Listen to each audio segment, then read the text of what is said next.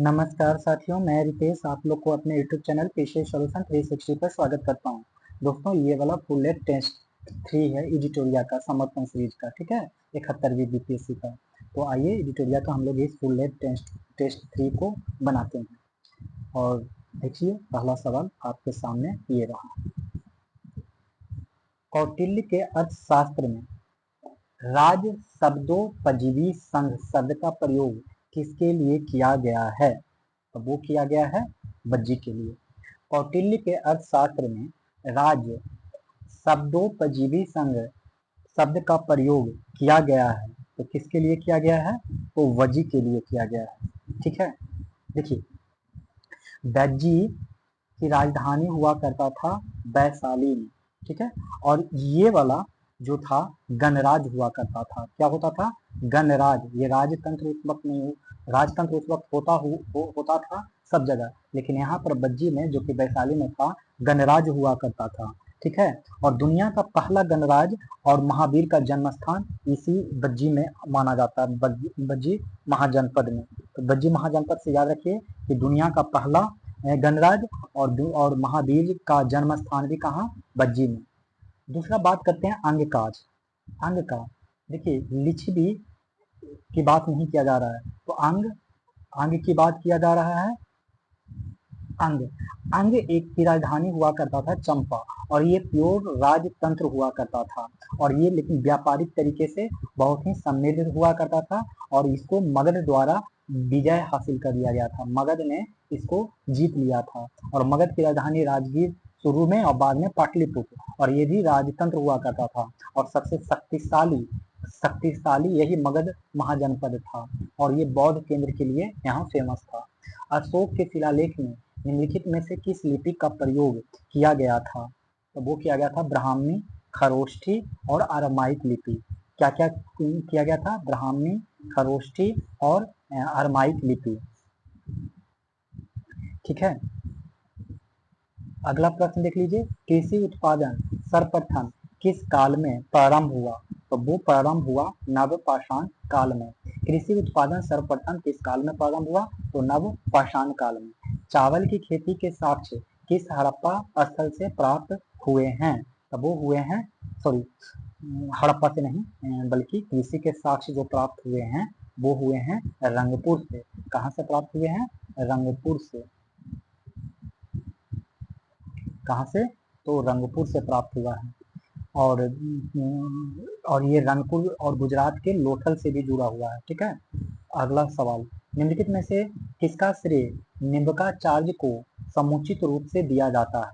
तो द्वैतवाद को। द्वैतवाद को। एक चीज और जान लीजिए, द्वैतवाद जो कि शुद्ध द्वैतवाद है वो माधवाचार्य थे। इसके प्रतिपादक कौन थे? माधवाचार्य। और द्वैत के निम्बकाचार्य, और शुद्ध द्वैतवाद के वल्लभाचार्य। कौन थे? वल्लभाचार्य। और विशिष्टाद्वैतवाद के थे रामानुजाचार्य। कौन थे? रामानुजाचार्य। विशिष्ट राम, शुद्ध द्वैत वल्लभाचार्य। वल्लभ जी जो होते हैं वो शुद्ध द्वैत होते हैं, और सिर्फ द्वैतवाद माधवाचार्य, द्वैताद्वैत निम्बकाचार्य। तो आप इतना याद रखिएगा। छठा का देख लेते हैं प्रश्न, क्या कह रहा है? कह रहा है कि पाली ग्रंथों के अनुसार गौतम बुद्ध के समय में गांवों के कितने भेद बताए गए? तो 3 भेद बताए गए। क्या क्या, कौन से भेद थे? तो विभिन्न जातियों और समुदायों द्वारा बसे विशिष्ट गांव जिनका मुखिया एक ग्राम प्रधान हुआ करता था। तो पहला हो गया ग्राम प्रधान।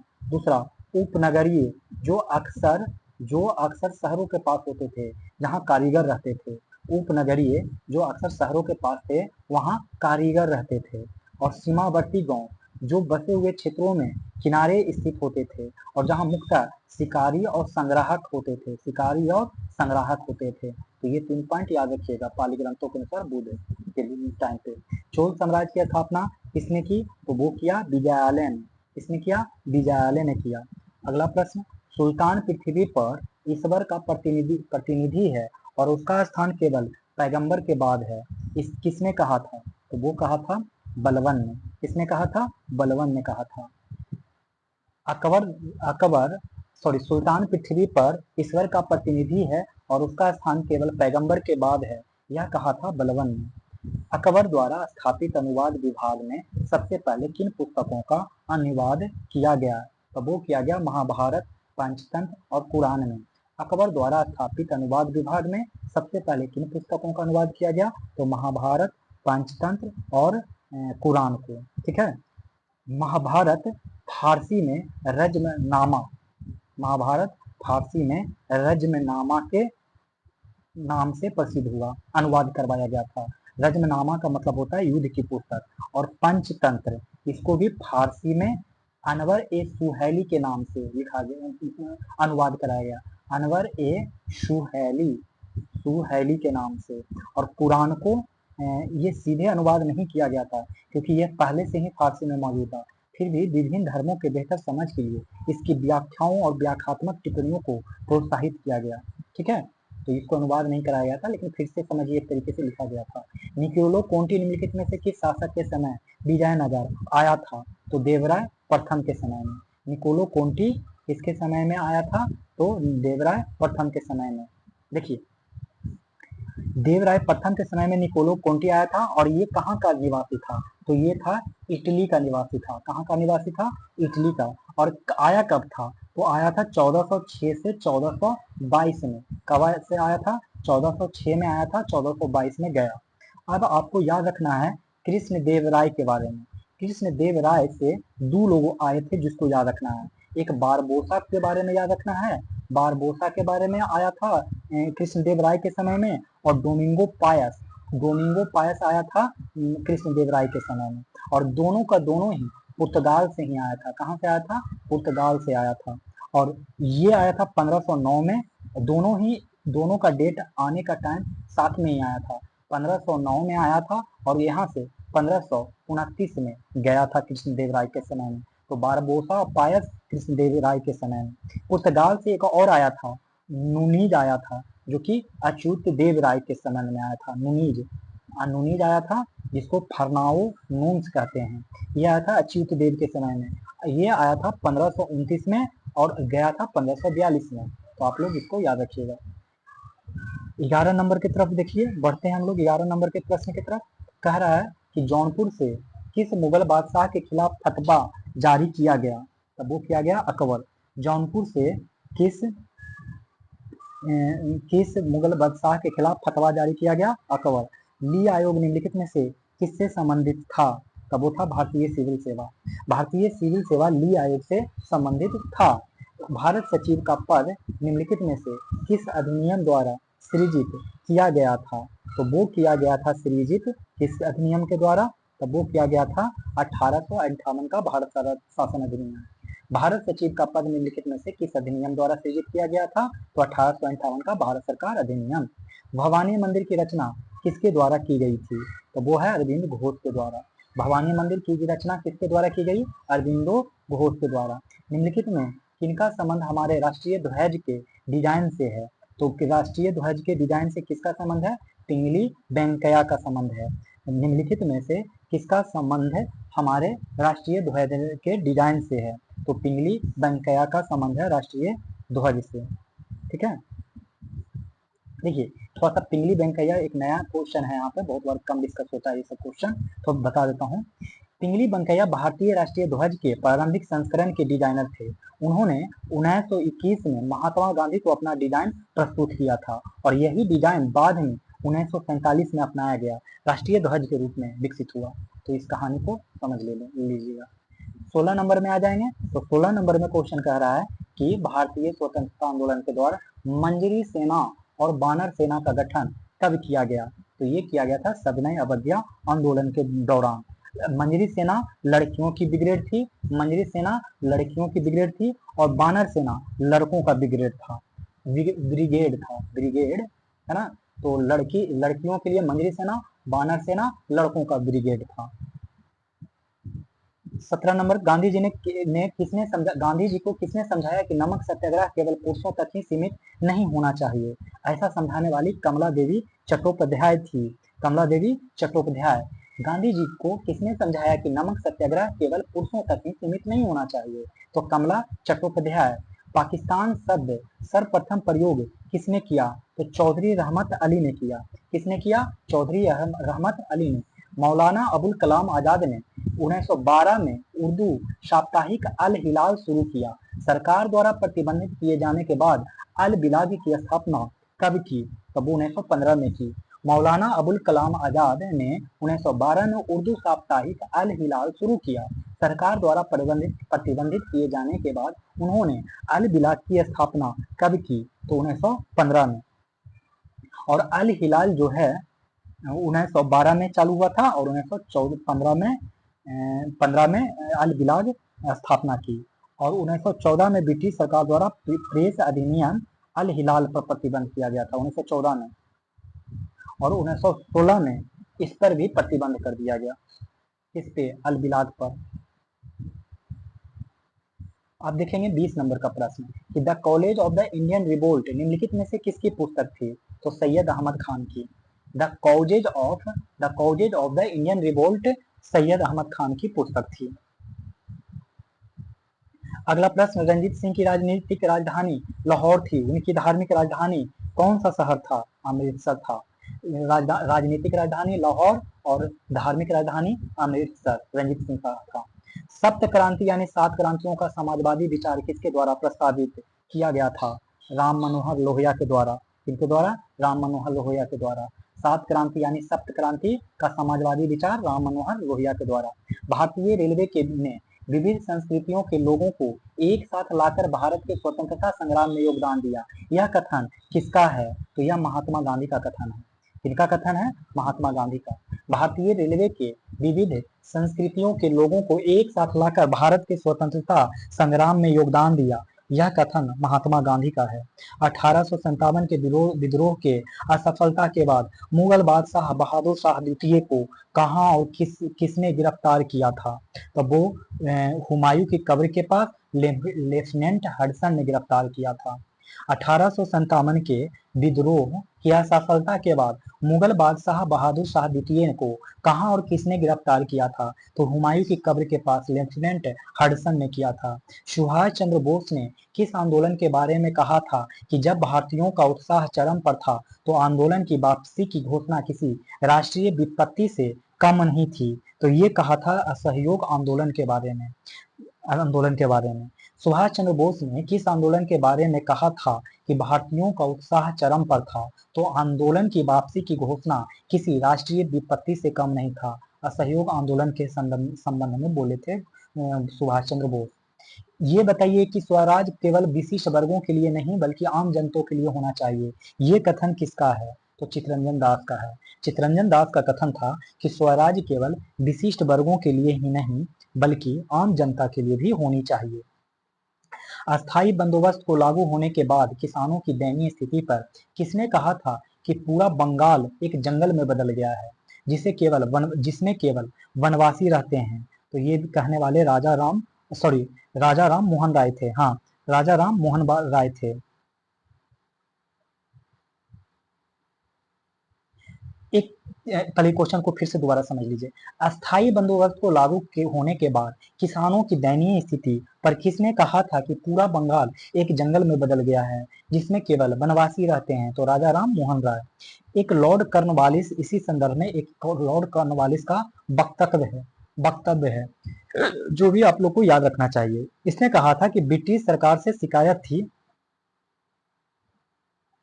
कि बंगाल का 1/3 हिस्सा केवल जंगली जानवरों से आबाद जंगल में तब्दील हो गया है। ये भी था। निम्नलिखित में से किसने 1873 में सत्य शोधक समाज की स्थापना की? तो जब जब सत्य का शोध हुआ है तब तब ज्योति का फूल खिला है। ऐसे आप याद रख लीजिएगा। ठीक है। 29 नंबर, मयूर सिंहासन पर बैठने वाला अंतिम मुगल सम्राट मोहम्मद शाह था। कौन था? मोहम्मद शाह। मयूर सिंहासन पर बैठने वाला अंतिम सम्राट मोहम्मद शाह था। ईसाई मिशनरियों की सहायता से तरुण स्त्री सभा ईसाई मिशनरियों की सहायता से तरुण स्त्री सभा की स्थापना कहाँ की गई? तो कलकत्ता में। तरुण स्त्री सभा की स्थापना कलकत्ता में। 31 नंबर देखते हैं आप लोग। अब साइंस से तो हिस्ट्री खत्म। यदि जहाज नदी से समुद्र में प्रवेश करे तो क्या होगा?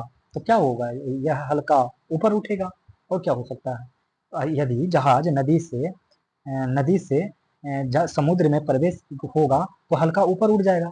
देखिए, नदी का जो घनत्व होता है, नदी जल घनत्व जो होता है वो होता है 1000 किलोग्राम घन मीटर। ठीक है, घन मीटर होता है जो कि मीठे पानी का है। और नमक पानी यानी कि समुद्र जल का जो घनत्व होता है समुद्र जल का, वो होता है 1025 किलोग्राम पर घन मीटर क्यूब। देखिए, पर घन मीटर मतलब नदी के जल का अगर डेंसिटी पूछा जाए तो नदी जल यानी मीठा पानी है तो 1000 किलोग्राम पर मीटर क्यूब, और और समुद्री जल यानी खारा पानी का जल पूछे तो 1025 किलोग्राम पर मीटर क्यूब। कम वोल्टेज पर उपयोग करने पर विद्युत मोटर जल जाएगी। क्यों? क्योंकि विद्युत धारा अत्यधिक प्रवाहित होने लगेगी। कम वोल्टेज के उपयोग पर विद्युत मोटर जल जाएगी क्योंकि विद्युत धारा अधिक प्रवाहित होने लगेगी। एक अंतरिक्ष यात्री पृथ्वी की सतह की तुलना में चंद्रमा पर अधिक ऊंचाई तक उछल सकता है। क्यों? क्योंकि चंद्रमा की सतह पर गुरुत्वाकर्षण बल पृथ्वी की तुलना में कम है। एक अंतरिक्ष यात्री पृथ्वी की सतह की तुलना में चंद्रमा पर अधिक ऊंचाई तक उछल सकता है क्योंकि चंद्रमा की सतह पर गुरुत्वाकर्षण बल पृथ्वी तल की तुलना में कम है। अगला प्रश्न, सर सीवी रमन को निम्नलिखित में किस कार्य के लिए नोबेल पुरस्कार मिला था? तो प्रकाश के परिकिरण के अध्ययन के लिए। सर सीवी रमन को निम्नलिखित में से किस कार्य के लिए नोबेल पुरस्कार मिला था? प्रकाश के परिकिरण के अध्ययन के लिए। रेटिना पर बनने वाला प्रतिबिंब है, तो रेटिना पर बनने वाला प्रतिबिंब वस्तु से छोटा और उल्टा है। रेटिना पर बनने वाला प्रतिबिंब वस्तु से छोटा और उल्टा है। अगला प्रश्न कह रहा है कि मानव शरीर का प्रतिरोध गीले में किसके बराबर होता है? तब वो होता है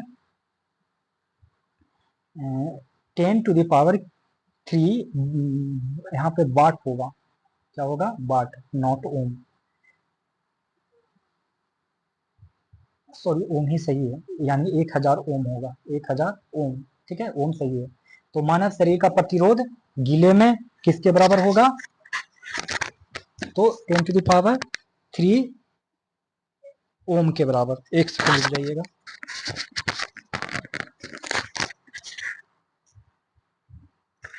अगला प्रश्न देख लीजिए 37 नंबर का। 37 नंबर का कह रहा है कि बल द्वारा किया गया कार्य धनात्मक होता है जब जब कब होता है? तो विस्थापन बल की दिशा में होता है। विस्थापन बल की दिशा में होता है। ठीक है, बल द्वारा किया गया धनात्मक कार्य कब होगा? विस्थापन बल की दिशा में। निम्नलिखित में से कौन गुरुत्वाकर्षण स्थिरांक का इकाई है? तब वो है न्यूटन मीटर स्क्वायर पर KG square. Newton metre square पर केजी स्क्वायर। 39 नंबर, किसी माध्यम में ध्वनि की चाल मुख्यतः निर्भर करती है तो घनत्व पर और प्रत्यास्था पर। किस किस पर? घनत्व और प्रत्यास्था पर। किसी माध्यम में ध्वनि की चाल मुख्यतः निर्भर करती है घनत्व और घनत्व और प्रत्यास्था पर। ठीक है, और ये निकाला कैसे जाता है जो जान लीजिए। वेलोसिटी होता है यानी ध्वनि की चाल इज इक्वल टू √E/बाई डेंसिटी यानी रो। ठीक है, रो हो गया माध्यम का घनत्व, जिस मीडियम में आप भेज रहे हैं तो उसका घनत्व, और ई हो जाएगा माध्यम की लोच या लोच मापांक। ठीक है, ठीक है। अगला 40 का बी, सॉरी 40 का पहले ही मैं आंसर बता देता हूँ। जब कोई वस्तु वृत्ताकार पथ पर गति करती है तो घूमती हुई वस्तु पर केंद्र की ओर लगने वाला बल को कहते हैं अभिकेंद्रीय बल।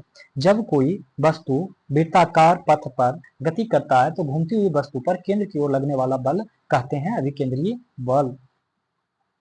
41 नंबर क्वेश्चन के तरफ बढ़िए। 41 में कह रहा है कि MnO2 में Mn का ऑक्सीकरण संख्या कितना है? तब वो होगा 4। ठीक है, देखिए इसको निकालने के लिए क्या कर सकते हैं MnO2 के लिए, जो हम आपको बताते हैं। ऑक्सीकरण संख्या ऑक्सीजन का होता है -2। तो देखिए Mn को मान लीजिए x, ओके, और O2 को मान लेना है, इसको जोड़ देना है 2 इंटू -2 से। ठीक है, और इसको इक्वल कर देना है 0 के, तो x इक्वल टू कितना आ जाएगा? 4 आ जाएगा ना, ऐसे निकाला जाता है ऑक्सीकरण संख्या। अगला, माणिक और नीलम रासायनिक रूप से कैसे जाने जाते हैं? तो वो जाने जाते हैं एल्यूमिनियम ऑक्साइड से, यानी Al2O3 से। किससे? Al2O3 से। और सिलिकॉन डाइऑक्साइड SiO2 से, जिसको क्वार्ट जाना जाता है। इसको क्या जाना जाता है? क्वार्ट्ज। सिलिकॉन डाइऑक्साइड SiO2 होता है, जो कि सिलिकॉन ऑक्साइड SiO2 होता है क्वार्ट्ज के रूप में। और एल्यूमिनियम ऑक्साइड Al2O3, इसको मानिक और नीलम बोला जाता है। और लेड टेट्रा ऑक्साइड, जो कि Pb3O4 होता है, लेड टेट्रा ऑक्साइड Pb3O4 होता है, इसको लाल शीशा बोलते हैं। क्या बोलते हैं? लाल शीशा बोलते हैं। और बोरोन नाइट्रोजन, नाइट्रोजन रासायनिक यौगिक नहीं है, ये नहीं है। निम्नलिखित में से कौन सा ईंधन सबसे कम वायु प्रदूषण करता है? तो बताइए, सबसे कम वायु प्रदूषण कौन करेगा? तो ये सिर्फ इसका आंसर एक ही हो जाएगा, हाइड्रोजन। जल आयनिक लवणों का विलायक है, क्योंकि वो क्योंकि इसकी द्विध्रुव और अघूर्ण अधिक होता है। जल आयनिक लवणों का विलायक है क्योंकि इसका द्विध्रुव अघूर्ण अधिक होता है। निम्नलिखित में से कौन समान तापमान पर ठोस अवस्था में रहता है? तो वो कौन रहता है? तो आयोडीन रहता है। निम्नलिखित में से कौन सा सामान्य तापमान पर ठोस अवस्था में रहता है? तो कौन रहता है? आयोडीन रहता है। टेफ्लॉन निम्नलिखित में से किसका बहुलक है? टेफ्लॉन निम्नलिखित में से किसका बहुलक है? तो टेट्राफ्लोरोथिलीन का। टेफ्लॉन निम्नलिखित में से किसका बहुलक है? तो टेट्राफ्लोरोएथिलीन का।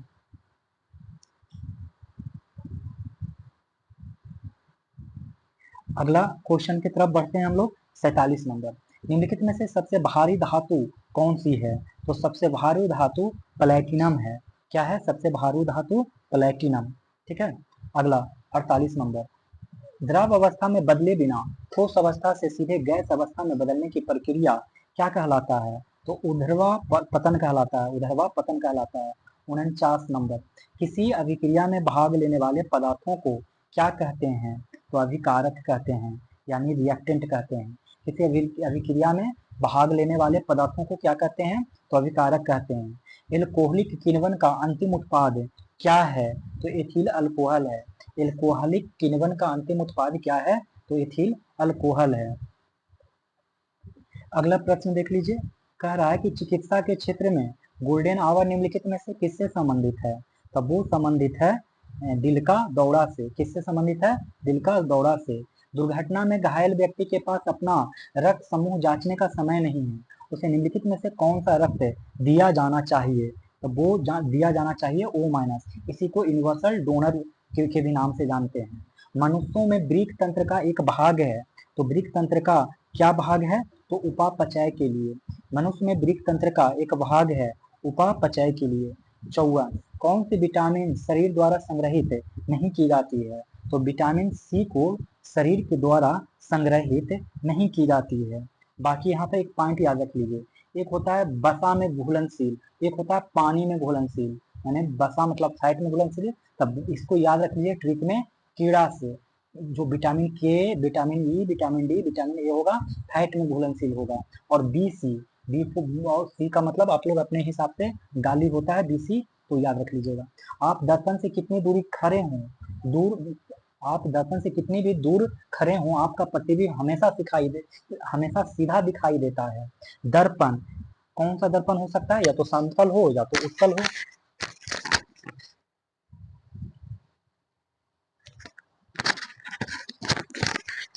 या तो समतल दर्पण हो या तो उत्तल दर्पण हो। अब देखेंगे 59 नंबर, 56 नंबर कि निम्नलिखित में से कौन सा मृत जीवी कवक है? तो मृत जीवी कवक कौन है, ये आप लोग को बताना है। वो पेनिसिलियम है। निम्न में से कौन सी मृत जीवी कवक है? तो पेनिसिलियम है। और मधुमेह होने का कारण क्या है? तो मधुमेह होने का कारण है इंसुलिन का कम उत्पादन। मधुमेह होने का कारण क्या है? इंसुलिन का कम उत्पादन। मकड़ियाँ किस प्राणी जगत के अंतर्गत आती है? तो मकड़ियाँ किस प्राणी जगत के अंतर्गत आती है? आर्थ्रोपोडा। मकड़ियाँ किस प्राणी जगत के अंतर्गत आती है? तो आर्थ्रोपोडा के अंतर्गत। मेडुला ऑब्लंगोटा निम्नलिखित में से किस अंग का भाग है? तो वो है मस्तिष्क।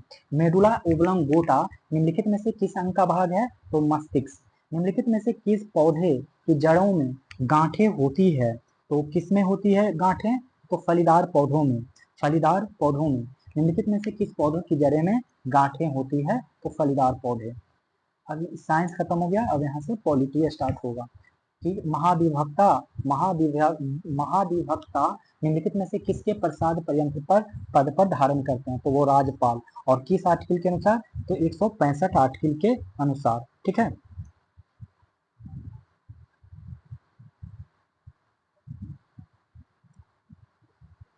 62 नंबर का क्वेश्चन देख लीजिए। भारत में पंचायती राज व्यवस्था कब शुरू की गई? 2 अक्टूबर 1959 को। भारत में पंचायती राज व्यवस्था कब शुरू की गई? 2 अक्टूबर 1959 को।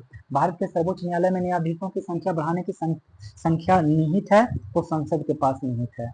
किसके पास है? संसद के पास। और आर्टिकल संख्या 124 के ओवन के द्वारा भारत के सर्वोच्च न्यायालय में न्यायाधीशों की संख्या बढ़ाने का कार्य कर सकती है। 64 नंबर, राज्य विधान परिषद के कितने सदस्य विधानसभा द्वारा चुने जाते हैं? तब वो 1/3 चुने जाते हैं। कितना? 1/3 चुने जाते हैं।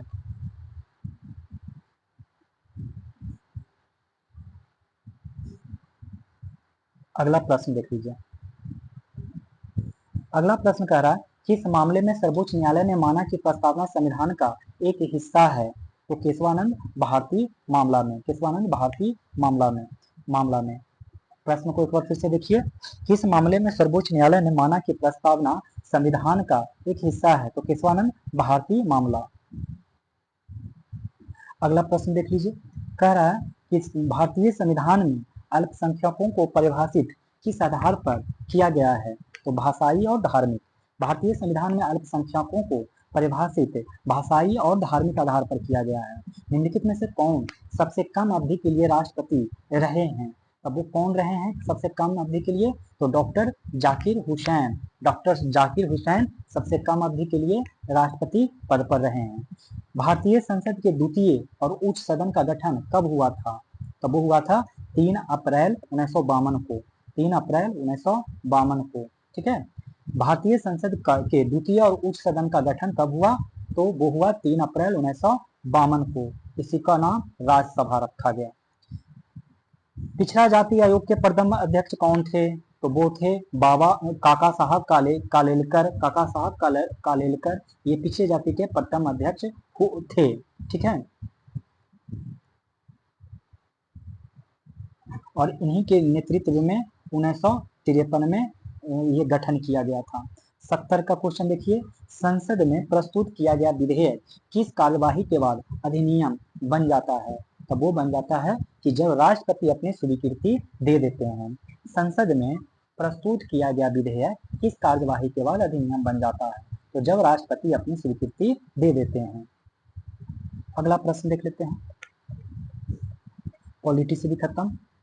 2011 की जनगणना के अनुसार भारत में लिंगानुपात और बाल लिंगानुपात का सही क्रम चुनिए। तो देखिए भारत में लिंगानुपात कितना है? तो वो है 943। और अगर यही लिंगानुपात बाल लिंगानुपात पूछा जाए तो 919। ठीक है। 919। ठीक है। और लिंगानुपात बाल लिंगानुपात का मतलब हुआ 0 से 6 वर्ष के लिए। ठीक है। मतलब 1000 लड़कों में 919 बाल में लड़की हैं और 943 बड़ों में। तो 72 नंबर का प्रश्न देख लीजिए। उपयोगिता का गणनात्मक सिद्धांत किसने दिया? तो मार्शल ने दिया। उपयोगिता का गणनात्मक सिद्धांत किसने दिया? गणनात्मक नहीं, गुणात्मक सिद्धांत मार्शल ने दिया। जब उत्पादन प्रक्रिया में प्रयुक्त मशीनरी और पूंजी के मूल्य में कमी को सकल घरेलू उत्पाद से घटा दिया जाए तो उसको कहते हैं शुद्ध घरेलू उत्पाद। एनडीपी कहते हैं। जब उत्पादन प्रक्रिया में प्रयुक्त मशीनरी और पूंजी के मूल्य में कमी को सकल घरेलू उत्पाद से घटा दिया जाता है तो उसको कहते हैं शुद्ध घरेलू उत्पाद। समान वितरण और क्षमता के साथ विकास किस पंचवर्षीय योजना की सर्वोच्च प्राथमिकता थी? समान वितरण और क्षमता के साथ विकास। समान वितरण और क्षमता के विकास ये थी 9वीं पंचवर्षीय योजना का प्राथमिकता। 9वीं पंचवर्षीय योजना। 75 नंबर का देख लीजिए। क्या कह रहा है कि इसमें पूछ रहा है कि कौन सा सही है। किसके संदर्भ में? किसके संदर्भ में कह रहा है? तो गैर निष्पादित परिसंपत्तियों के संबंध में, माने एनपीए के बारे में। एनपीए का मतलब होता है कि नॉन प्रोफिटिंग असेट, माने गैर निष्पादित परिसंपत्ति। इसके बारे में पहला कथन कर रहा है कि एक वित्तीय वर्ष में ब्याज का भुगतान 365 दिनों से अधिक समय तक रोका जाना चाहिए। एक वित्तीय वर्ष में ब्याज का भुगतान 365 दिनों से अधिक समय तक रोका जाना चाहिए। तो ये क्या है? सही कौन सत्य है? तो ये तो सत्य नहीं हो सकता है, बिल्कुल नहीं हो सकता है, क्योंकि यदि ब्याज या मूलधन भुगतान 90 दिनों से अधिक समय से बकाया है, ना कि 365, ये 90 दिनों तक रोका जा सकता है। ठीक है। और दूसरा कह रहा है कि एक वित्तीय वर्ष में मूलधन भुगतान 180 दिनों से अधिक समय तक रोका जाना चाहिए नहीं।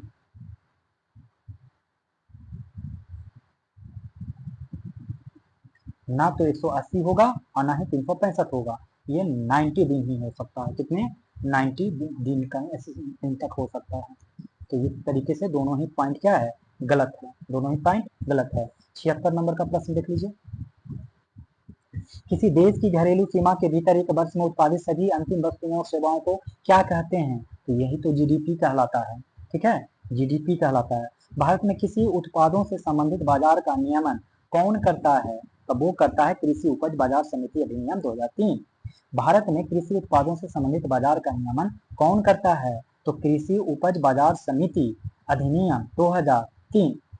अंतर्राष्ट्रीय मुद्रा कोष विश्व बैंक का मुख्यालय कहाँ है? अंतर्राष्ट्रीय मुद्रा कोष और विश्व बैंक का मुख्यालय वाशिंगटन डीसी में है। कहाँ है? Washington DC. और वाशिंगटन डीसी कहाँ है? अमेरिका में। ठीक है। अगला 79 नंबर, निम्नलिखित में से किस समिति की सिफारिश पर भारत में सेवा कर लागू किया गया? तो राजा चेलैया समिति। निम्नलिखित में से किस समिति की सिफारिश पर भारत में सेवा कर लागू किया गया था? तो राजा चेलैया समिति। 80 नंबर का, निम्नलिखित में से किस बॉन्ड के माध्यम से भारतीय संस्थाएं विदेशी मुद्रा के बजाय भारतीय रुपये में विदेशी बाजारों से धन जुटा सकती है? तो मसाला बॉन्ड। निम्नलिखित में से किस बॉन्ड के माध्यम से भारतीय संस्थाएं विदेशी मुद्रा के बजाय भारतीय रुपये में विदेशी बाजारों से धन जुटा सकती है? तो मसाला बॉन्ड। अब 81 नंबर का देखिए प्रश्न।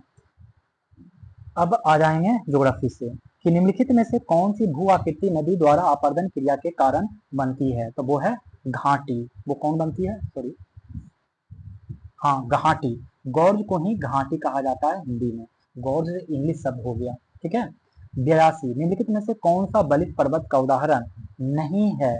तो बताइए कि कौन सा बलित पर्वत का उदाहरण नहीं है?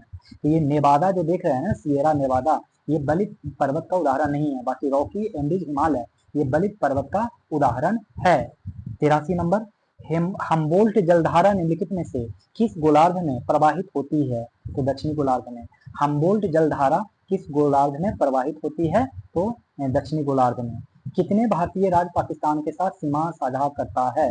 तो 3 राज्य है, जम्मू कश्मीर और लद्दाख जो है केंद्र शासित प्रदेश है, इसलिए पंजाब, राजस्थान और गुजरात ही है जो कि पाकिस्तान से सीमा साझा करता है। भारत का सबसे बड़ा जूट उत्पादक राज्य कौन सा है? बताइए कौन सा है? तो वो है पश्चिम बंगाल और दूसरा बिहार। अगला क्वेश्चन कह रहा है कि भारत के सर्वाधिक भूभाग में किस प्रकार की मिट्टी पाई जाती है? जलोढ़ मिट्टी। भारत की सर्वाधिक भूभाग में किस प्रकार की मिट्टी पाई जाती है? जलोढ़ मिट्टी। निम्न में से कौन सी प्लेट एशिया और प्रशांत महासागरीय प्लेट के बीच स्थित है? तो फिलीपीन प्लेट। कौन सी प्लेट? Philippine plate. एशिया और प्रशांत महासागरीय के बीच में फिलीपीन प्लेट है। निम्नलिखित में से किसे शांत घाटियों का देश के रूप में जाना जाता है? तो लेसोथो को शांत घाटियों का देश के नाम से जाना जाता है। अंडमान निकोबार द्वीप समूह का सबसे उत्तरी द्वीप कौन सा है? तो वो कौन सा है? तो वो है लैंडफॉल द्वीप। लैंडफॉल द्वीप। अंडमान निकोबार द्वीप समूह का सबसे उत्तरी द्वीप लैंडफॉल द्वीप है। विश्व का सबसे बड़ा स्वर्ण खान भंडार किस देश में है? तो ऑस्ट्रेलिया में। निम्न विश्व का सबसे बड़ा स्वर्ण खान भंडार किस देश में है? तो ऑस्ट्रेलिया में है। 91 का क्वेश्चन नंबर देख लेते हैं। अफ्रीका के उष्ण कटिबंधीय घास के मैदान को किस नाम से जाना जाता है? तो सवाना के नाम से जाता है। किस नाम से जाना जाता है? सवाना के नाम से। भूकंपीय तीव्रता को किस यंत्र में मापा जाता है? तो बहुत ही आसान क्वेश्चन, सिस्मोग्राफ। भूकंपीय तीव्रता को सिस्मोग्राफ में नाप के यंत्र पे नापा जाता है। महाद्वीपीय और महासागरों के वितरण से संबंधित महाद्वीपीय विस्थापन सिद्धांत किस वैज्ञानिक द्वारा प्रतिपादित किया गया था? तब वो किया गया था अल्फ्रेड वेगनर। किनके द्वारा किया गया था महाद्वीपीय विस्थापन का सिद्धांत? तो अल्फ्रेड वेगनर के द्वारा। ठीक है। 94 नंबर क्वेश्चन देखिए, निम्नलिखित में से कौन सा खनिज सामान्यतः आग्नेय और कायांतित चट्टानों में पाया जाता है और इसका उपयोग विद्युत उपकरण बनाने में किया जाता है? तो वो है अभ्रक। वो क्या है? अभ्रक। क्या है? अभ्रक। अगला प्रश्न, अवसादी चट्टानों के बारे में बताना है आप लोग को कि कौन सा कथन असत्य है। तो देखिए, पहला कह रहा है कि अवसादी चट्टानें पहले से मौजूद चट्टानों के अपक्षय से बनती है। बिल्कुल सही, कि अवसादी चट्टानें पहले से मौजूद चट्टानों के अपक्षय से बनती है और ये अक्रिस्टलीय होता है, ये भी सही है। और ये चट्टानें परतों से निक्षेपित होती है। अवसादी चट्टानें कहाँ? परतों में निक्षेपित होती है, लेकिन ये चट्टान में पानी नहीं बन सकती। बिल्कुल बन सकती है, इसमें नहीं, गलत है। ठीक है। 96 नंबर का क्वेश्चन देखिए, निम्नलिखित में से कौन बिहार का पहला हिंदी समाचार पत्र है? बिहार बंधु है। निम्नलिखित में से कौन बिहार का पहला हिंदी समाचार पत्र है? तो बिहार बंधु, जिसकी शुरुआत 1872 में बिहार शरीफ में बसे एक महाराष्ट्रियन ब्राह्मण, महाराष्ट्र के एक ब्राह्मण थे जिनका नाम था केशव राम भट्ट के द्वारा किया गया। केशव राम भट्ट के द्वारा किया गया। ठीक है। निम्नलिखित में से किसके द्वारा बिहार साइंटिफिक सोसाइटी की स्थापना की गई? तो इमदाद अली खान ने। इमदाद अली खान ने की गई। निम्नलिखित में किसके द्वारा बिहार साइंटिफिक सोसाइटी की स्थापना की गई थी? इमदाद अली खान। पाटलिपुत्रा पर यवनों के आक्रमण का उल्लेख 11वीं संहिता में मिलता है। यह आक्रमण किसके शासनकाल में हुआ था? तो पुष्यमित्र शुंग के शासनकाल में हुआ था। पाटलिपुत्र पर यवनों के आक्रमण का उल्लेख 11वीं संहिता में मिलता है। यह आक्रमण किसके शासनकाल में हुआ था? पुष्यमित्र शुंग के शासनकाल में। नागार्जुनी पहाड़ी में आजीविकों के लिए गुफाओं का निर्माण किसने किया था? तो दशरथ ने किया था। नागार्जुनी पहाड़ी में आजीविकों के लिए गुफाओं का निर्माण किसने किया था? तो दशरथ ने। बंगाल अभियान से लौटते समय गयासुद्दीन तुगलक ने किस क्षेत्र पर आक्रमण किया था? तो वो किया था मगध और तिरहुत पर। कहाँ पे किया था? मगध और तिरहुत पर। और इसका साक्ष्य कहाँ मिलता है? तो तुगलकनामा जो कि अमीर खुसरो के द्वारा लिखा गया था, उसमें मिलता है। अच्छा, अब 101 नंबर के प्रश्न की तरफ चलते हैं। कह रहा है कि मुगल शासक बाबर की मृत्यु के 1530 के समय बिहार का शासक कौन था? तो जलाल खान नुहानी था। मुगल शासक बाबर की मृत्यु 1530 के समय बिहार का शासक कौन था? तो जलाल खान नुहानी था। 1857 के विद्रोह के समय दानापुर के अंग्रेज अधिकारी कौन थे? तो वो कौन थे? विलियम टेलर और जनरल लॉयल थे। 1857 के समय दानापुर के अंग्रेज अधिकारी कौन थे? तो विलियम टेलर और जनरल लॉयल थे। 1914 में भारत से कांग्रेस का एक प्रतिनिधि मंडल ब्रिटेन भेजा गया था, जिसमें बिहार से कौन शामिल था? तो सच्चिदानंद सिंह भी शामिल थे, राजेंद्र प्रसाद भी थे, मजहरुल हक भी थे। फिर तो क्वेश्चन को सुनिए। 1914 में भारत से कांग्रेस के प्रतिनिधि मंडल का एक कांग्रेस प्रतिनिधि मंडल ब्रिटेन भेजा गया, जिसमें बिहार से कौन शामिल थे? तो सच्चिदानंद सिन्हा, राजेंद्र प्रसाद और मजरूल हक। कोपेन के अनुसार दक्षिण बिहार किस जलवायु क्षेत्र के अंतर्गत आता है? तो AW। जानते हैं कि ये हमारा बिहार है।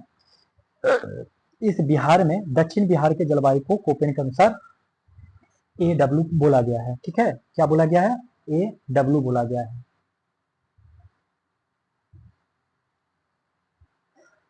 अगला क्वेश्चन,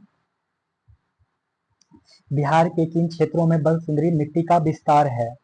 तो पूर्णिया, दरभंगा, मुजफ्फरपुर में बलसुंदरी मिट्टी का विस्तार है। ठीक है। और एक चीज देख लीजिए, समझ लीजिए। ये हमारा बिहार होता है। तो ये जो देख रहे हैं ना नीचे पर्वतीय पर्वतीय देखिए उत्तर प्रदेश, सॉरी ये गंगा है, जिससे गंगा के ऊपर में क्या है, उत्तर बिहार। तो उत्तर बिहार में यहाँ पर पाया जाएगा पर्वतीय पर्वत पादीय मिट्टी, और फिर तराई मिट्टी यहीं पे पाया जाएगा। ठीक है, पर्वत पादीय मिट्टी और तराई मिट्टी ये पाया जाएगा। और पुरानी जलोढ़ बांगर मिट्टी और नवीन जलोढ़, जो नदी के साथ में जो होगा मिट्टी, वो नवीन जलोढ़ जिसको खादर कहेंगे, और जो नदी से दूर होगा इस साइड में उसको बांगर कहेंगे, बांगर कहेंगे। तो ये बात याद रखिएगा, 4 प्रकार की मिट्टी उत्तर बिहार में। दक्षिण बिहार में टाल मिट्टी, जो ये गंगा नदी है ना, इसके पास वाला जो मिट्टी है ना, जो उसको टाल मिट्टी कहा जाता है। और फिर बाकी जो होता है कगाड़ी मिट्टी कहलाता है। और करैल कबाल मिट्टी जिसको कुलारिन जलोढ़, और लाल पीली मिट्टी जो कि बलथर मिट्टी होता है। 106 नंबर का प्रश्न देखते हैं। बिहार के किस जिले में नहरों के माध्यम से अधिकतम सिंचाई की जाती है? रोहतास में। बिहार के किस जिले में नहरों के माध्यम से अधिकतम सिंचाई की जाती है? रोहतास में। बिहार का अक्षांशीय विस्तार है 24-20-10 नॉर्थ से लेके 27-31-15 है। ठीक है, और देशांतर में वही पूछा जाए तो बताइएगा 83 डिग्री 19 मिनट और से लेके 88 डिग्री 17 मिनट तक, मैंने 88-17 तक। ठीक है, इतना याद रखिएगा। 108 नंबर, बिहार सरकार द्वारा 7 निश्चय वन कब शुरू किया गया था? तो ये कब शुरू किया गया था? 2015 में शुरू किया गया था 7 निश्चय वन। अगला प्रश्न 109 नंबर, ग्राम कचहरी का प्रधान होता है, तो बताइए ग्राम कचहरी का प्रधान क्या होता है, कौन होता है? तो सरपंच होता है। ठीक है, 110 नंबर का प्रश्न पे आ जाते हैं हम लोग। 110 नंबर में कह रहा है कि बिहार के पहले मुस्लिम राज्यपाल कौन थे? तो जाकिर हुसैन। बिहार के पहले मुस्लिम शासक जाकिर हुसैन। अब 111 नंबर की तरफ बढ़ते हैं। अब थोड़े से करंट अफेयर थोड़े भारी भरकम होते हैं। पहला जान जाइए कि भारत के किस शहर ने दुनिया का पहला ऊर्जा साक्षर बनने के लिए जलवायु मिशन की शुरुआत की? तो वो है इंदौर। भारत के किस शहर ने दुनिया का पहला साक्षर बनने के लिए जलवायु मिशन की शुरुआत की? तो इंदौर। किस राज्य सरकार ने पेड़ों की अवैध कटाई तथा वन्य जीव के अवैध शिकार को रोकने हेतु गरुड़ाक्षी ऑनलाइन FIR प्रणाली की शुरुआत की? तो वो शुरुआत की कर्नाटक। कौन किया? कर्नाटक। किस राज्य सरकार ने पेड़ों की अवैध कटाई तथा वन्यजीव के अवैध शिकार को रोकने हेतु गरुड़ाक्षी ऑनलाइन FIR प्रणाली की शुरुआत? कर्नाटक ने किया। अब निम्न कथनों पर विचार करना है और सत्य कथन का चयन करना है।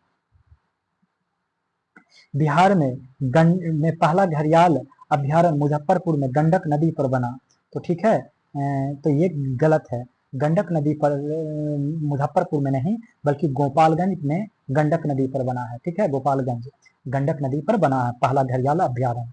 और घड़ियाल को IUCN रेड लिस्ट में गंभीर संकट श्रेणी में डाला गया है। और दूसरा सही है कि घड़ियाल ICUN के रेड लिस्ट में गंभीर संकट श्रेणी में है। प्रवासी भारतीय दिवस के बारे में आप लोग को निम्नलिखित कथनों पर विचार करना है, और इसमें से कौन सा कथन सही है ये आप लोग को क्या करना है, बताना है। तो देखिए प्रवासी भारतीय दिवस पर पहला कथन, ये प्रवासी भारतीय दिवस का 18वां संस्करण भुवनेश्वर में हुआ। तो ये बात भी क्या है, सही है। 18वां संस्करण भुवनेश्वर में 9 जनवरी को किया गया। यह प्रतिवर्ष मनाया जाता था, लेकिन 2015 से यह एक द्विवार्षिक कार्यक्रम के रूप में मनाया जाने लगा। 2015 से द्विवार्षिक कार्यक्रम के रूप में मनाया जाने लगा। इस वर्ष का विषय विकसित भारत में प्रवासी भारतीयों का योगदान था। इस वर्ष का विषय क्या है? तो विकसित भारत में प्रवासी भारतीयों का योगदान है। और इस बार की मुख्य अतिथि त्रिनाद एवं टोबैगो गणराज्य के राष्ट्रपति क्रिस्टिन कार्ला कांगलू थी। इस बार की मुख्य अतिथि कौन थी? तो त्रिनिदाद एवं टोबैगो गणराज्य के राष्ट्रपति क्रिस्टिन कार्ला कांगलू थी। अगला प्रश्न देखिए कि ग्रीन हाइड्रोजन हब प्रोजेक्ट के बारे में बताना है कि ग्रीन हाइड्रोजन हब प्रोजेक्ट के बारे में निम्नलिखित पर विचार करिए और सही कथन के बारे में बताइए। तो पहला करा है ग्रीन हाइड्रोजन प्रोजेक्ट के बारे में कि इस प्रोजेक्ट के बारे में कि इस प्रोजेक्ट का शिलान्यास प्रधानमंत्री मोदी द्वारा विशाखापत्तनम के पास पुदीमदका में किया गया। तो सही है कि ग्रीन हाइड्रोजन हब प्रोजेक्ट का शिलान्यास प्रधानमंत्री मोदी द्वारा विशाखापत्तनम के पास पुदीमदका में किया गया। दूसरा भी कहीं सही कह रहा है कि यह प्रोजेक्ट ग्रीन हाइड्रोजन मिशन के तहत बनने वाला पहला ग्रीन हाइड्रोजन हब है। कैसा है? पहला ग्रीन हाइड्रोजन हब। और इस परियोजना में 20 गीगावाट नवीकरणीय ऊर्जा विकसित किया जाएगा। कितना किया जाएगा? 20 गीगावाट। और चौथा भी सही कह रहा है कि यहाँ प्रतिदिन 15,000 टन ग्रीन हाइड्रोजन और 7500 टन ग्रीन हाइड्रोजन से बने उत्पाद जैसे मेथेनॉल, ग्रीन यूरिया का उत्पादन किया जाएगा। यहाँ प्रतिदिन 1500 टन ग्रीन हाइड्रोजन और 1500 टन ग्रीन हाइड्रोजन और 7500 टन ग्रीन हाइड्रोजन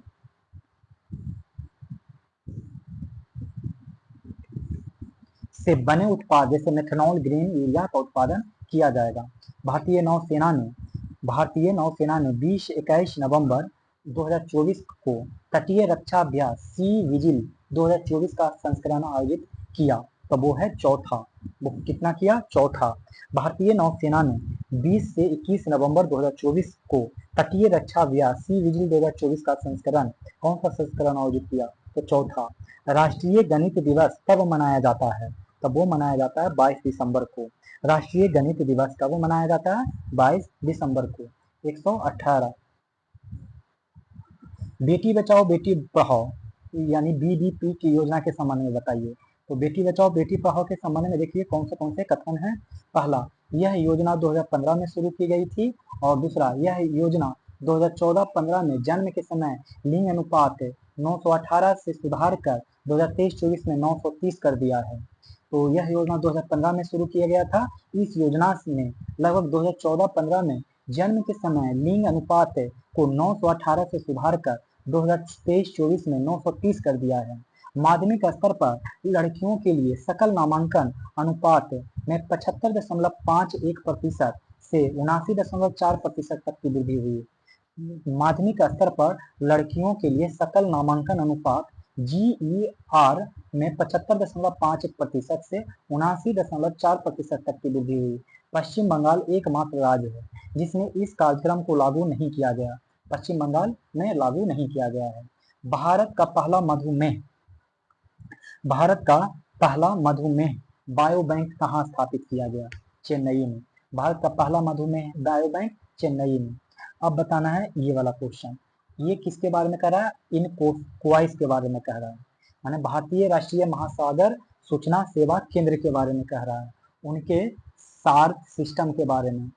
भारतीय राष्ट्रीय महासागर सूचना सेवा केंद्र इन कोवाइस और उनके सरत सिस्टम के संबंध में पहला पॉइंट कह रहा है, इन कोवाइस ने समुद्री बचाव कार्यों में सुधार के लिए अपने सरत सिस्टम को सरत 2 में अपग्रेड किया है। सही बात है।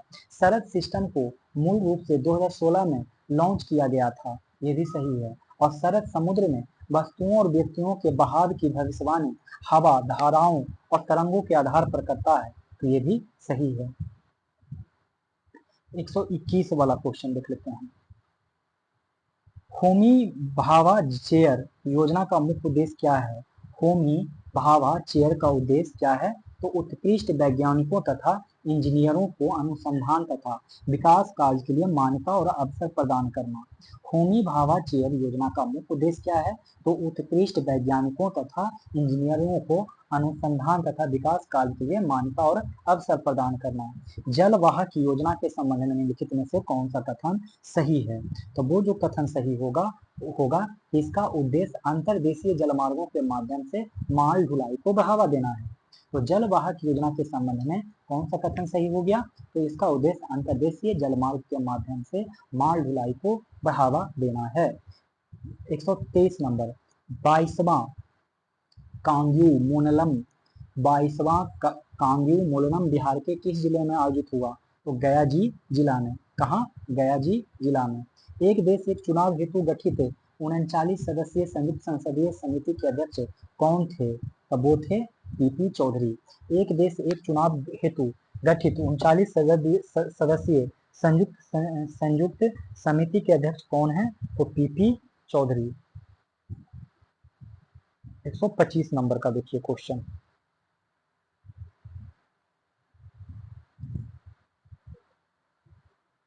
भारत का पहला सीमावर्ती सौर गांव कौन सा है? तो वो बताइए धनेज है। वो कौन, सॉरी धनेज नहीं, मशाली होगा। भारत का पहला सीमावर्ती सौर गांव कौन सा है? तो मसाली है और ये गुजरात में है। गुजरात के बनासकांठा जिले में है। ठीक है। राष्ट्रीय सुशासन दिवस, राष्ट्रीय सुशासन दिवस किस तिथि को मनाया जाता है? और 2024 में इसका थीम किया है राष्ट्रीय सुशासन दिवस 25 दिसंबर को मनाया जाता है। और इसका थीम है विकसित भारत के लिए भारत का मार्ग, विकसित भारत के लिए भारत का मार्ग, विकसित भारत के लिए भारत का मार्ग, सुशासन और डिजिटलीकरण के माध्यम से नागरिकों का सशक्तिकरण, सुशासन और डिजिटलीकरण के माध्यम से नागरिकों का शासन। अमृत परंपरा नामक उत्सव श्रृंखला का आयोजन किस मंत्रालय के पहल है? तो संस्कृति मंत्रालय के, संस्कृति मंत्रालय के। अमृत परंपरा नामक उत्सव श्रृंखला का आयोजन किस मंत्रालय की पहल है? तो अमृत संस्कृति मंत्रालय के। 128 नंबर। रक्षा अनुसंधान यानी डीआरडीओ द्वारा हाल ही में परीक्षण की गई भारत की पहली लंबी दूरी की हाइपरसोनिक स्वदेशी मिसाइल के संबंध में निम्नलिखित में से कौन सा कथन सही नहीं है? बताइए इसमें कौन सा कथन सही नहीं है? डीआरडीओ के द्वारा एक परीक्षण किया गया है कि भारत की पहली लंबी दूरी की हाइपरसोनिक स्वदेशी मिसाइल के संबंध में, इसके बारे में बताइए कौन सा कथन सही नहीं है? तो पहला तो कथन सही कह रहा है कि यह 1500 किलोमीटर से अधिक दूरी तक पेलोड ले जा सकती है, लेकिन दूसरा कह रहा है कि 5 गुना कम गति से उड़ान भरने में सक्षम है। ये बिल्कुल गलत कह रहा है, ठीक है। ये 5 गुना से अधिक उड़ान भर सकता है, तो ये तो गलत है। यही ऑप्शन तलाश करने का रहता है, ये आंसर हो जाएगा। और इसका परीक्षण उड़ीसा के एपीजे अब्दुल कलाम द्वीप से किया जाएगा। कहाँ से किया जाएगा? एपीजे अब्दुल कलाम द्वीप से। और यह क्रूज एवं बैलास्टिक मिसाइल का फीचर से लैस होगा। ये क्रूज एवं बैलास्टिक मिसाइल के फीचर से लैस होगा। अगला प्रश्न देखिए क्या रहा है कि स्पेस एक्स द्वारा भारत के लिए लॉन्च किए गए नए संचार उपग्रह का नाम क्या है? तो GSAT-N2। स्पेस एक्स द्वारा भारत के लिए लॉन्च किए गए नए संचार उपग्रह का नाम है GSAT-N2। अब ऑन्कोसेरियोसिस यानी रिवर ब्लाइंडनेस के उन्मूलन के संबंध में बताना है कि कौन सा कथन सही है। तो ऑन्कोसेरियोसिस के बारे में देखिए, ये रिवर ब्लाइंडनेस है। ये है 30 जनवरी 2025 को नाइजर सार्वजनिक स्वास्थ्य के लिए खतरे के रूप में ऑन्कोसेरियोसिस को खत्म करने वाला पहला अफ्रीकी देश बन गया। बिल्कुल सही। 30 जनवरी 2025 को नाइजर सार्वजनिक स्वास्थ्य के लिए खतरे के रूप में ऑन्कोसेरियोसिस को खत्म करने वाला पहला अफ्रीकी देश बन गया है। दूसरा, यह उपलब्धि नाइजर को दुनिया भर के उन कुछ देशों में शामिल करती है जिन्होंने इस बीमारी को सफलतापूर्वक खत्म कर दिया, जिनमें कोलंबिया, इक्वाडोर, ग्वाटेमाला और मैक्सिको भी ये सब खत्म कर चुके हैं। केंद्र सरकार और एडीबी के बीच हस्ताक्षरित 9 करोड़ 80 लाख डॉलर के ऋण समझौते से संबंधित परियोजना का नाम क्या है? तो वो है भारत के स्वच्छ संयंत्र कार्यक्रम का निर्माण। केंद्र सरकार और एडीबी के बीच हस्ताक्षरित 9 करोड़ 80 लाख डॉलर के ऋण समझौते से संबंधित परियोजना का नाम क्या है? तो भारत के स्वच्छ संयंत्र कार्यक्रम का निर्माण। मुकाब नामक 50 बिलियन डॉलर की परियोजना किस देश ने शुरू की है? तो सऊदी अरब ने किया है। किस देश ने शुरू किया है? तो सऊदी अरब ने किया है। मुकाब नामक 50 मिलियन डॉलर की परियोजना सऊदी अरब ने शुरू किया है। पहला देखिए क्या कह रहा है, इसमें से आप लोग को क्या करना है कि कौन सा कथन सही है ये बताने कह रहा है। तो देखिए पहला पॉइंट कि INSV तारिणी, नाम सुनिएगा, INSV तारिणी नाविक सागर परिक्रमा 2 अभियान के लिए ना कौन सा परिक्रमा अभियान है? तो INSV तारिणी नाविक सागर परिक्रमा 2 अभियान के लिए 24 नवंबर 2024 को ऑस्ट्रेलिया से न्यूजीलैंड के लिए रवाना हुई। कहाँ से? 24 नवंबर 2024 को ऑस्ट्रेलिया से न्यूजीलैंड के लिए रवाना हुई। कौन हुआ? तो INSV तारिणी नाविक सागर परिक्रमा 2। पहला पॉइंट सही। दूसरा, नौसेना प्रमुख एडमिरल दिनेश के त्रिपाठी, नौसेना के प्रमुख एडमिरल दिनेश के त्रिपाठी ने INSV तारिणी को 2 अक्टूबर 2024 को हरी झंडी दिखाकर गोवा से रवाना किया था। तो ये बिल्कुल ही सही है कि 2 अक्टूबर 2024 को गोवा से हरी झंडी दिखाकर रवाना किया गया। कौन किए थे? एडमिरल दिनेश के त्रिपाठी।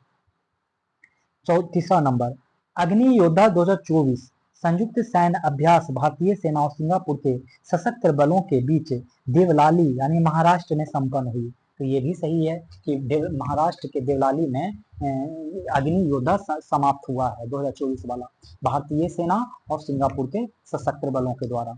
और अग्नि योद्धा 2024 में ये 13वां संस्करण था। ये कितना संस्करण था? 13वां संस्करण था। अब देखते हैं 134 नंबर का, इसमें भी सही कथन पूछ रहा है कि कौन सा है। तो देखिए पहला कह रहा है कि जापान के Kyoto university of Sumitomo forestry कह रहा है जापान के क्योटो यूनिवर्सिटी, कौन सा university? Kyoto university of Sumitomo forestry ने दुनिया का पहला लकड़ी का उपग्रह लिग्नोसैट विकसित किया है।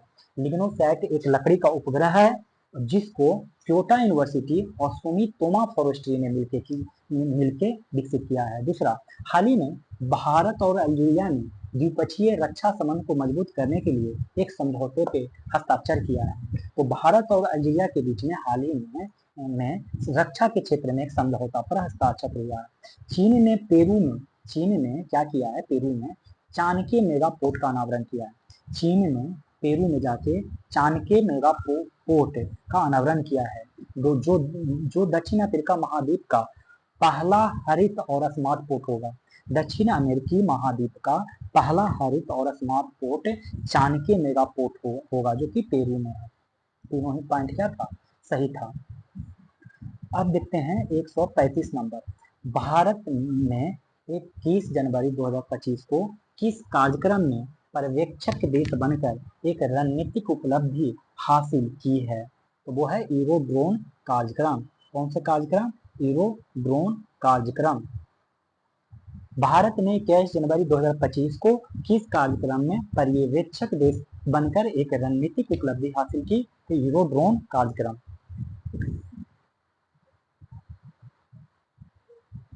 अगला क्वेश्चन, HMPV यानी ह्यूमन मेटान्यूमोवायरस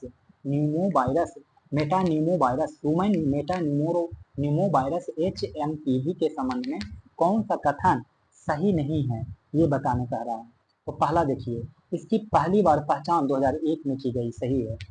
HMPV की पहली बार पहचान 2001 में की गई और यह मुख्य रूप से बच्चा, बुजुर्ग और प्रतिरक्षा विहीन व्यक्तियों को प्रभावित करता है। माने बच्चा, बुजुर्ग और वो सारे लोग जो कि जिनके पास WBC की कमजोर है, वो सही है। इसके समान लक्षणों में खांसी, बुखार, नाक बहना और सांस लेने में तकलीफ है, ये भी सही है। वर्तमान में इसका विशिष्ट एंटीवायरल उपचार या टीका उपलब्ध है? नहीं, बिल्कुल नहीं है अभी इसका। अगला प्रश्न 137, भारतीय रेलवे के सहयोग से IIT मद्रास ने अपने परिसर में भारत का पहला हाइपरलूप परीक्षण ट्रैक कहाँ शुरू किया है? तो कहाँ किया है? चेन्नई में किया है। कहाँ किया है? चेन्नई में। भारतीय रेलवे के सहयोग से IIT मद्रास ने अपने परिसर में भारत का पहला हाइपरलूप परीक्षण ट्रैक कहाँ शुरू किया? तो चेन्नई में किया। तीनों सेनाओं का संयुक्त अभ्यास पूर्वी प्रहार कहाँ आयोजित किया गया था? तो वो किया गया है अरुणाचल प्रदेश में। तीनों सेनाओं का संयुक्त अभ्यास पूर्वी प्रहार कहाँ आयोजित किया गया? तो अरुणाचल प्रदेश में।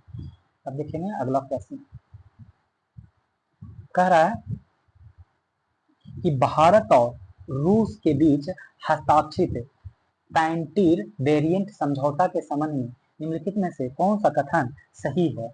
तो वो कथन सही है कि भारत डायनामिक्स लिमिटेड और रोसोबोरोन एक्सपोर्ट। फिर से क्वेश्चन सुनिए कि भारत और रूस के बीच हस्ताक्षरित पैंटियर वेरिएंट समझौता के संबंध में निम्नलिखित में से कौन सा कथन सही है? तो भारत डायनामिक्स लिमिटेड और रोसोबोरोन एक्सपोर्ट के बीच सहयोग पर अनुमति मिली है। Birla institute of management technology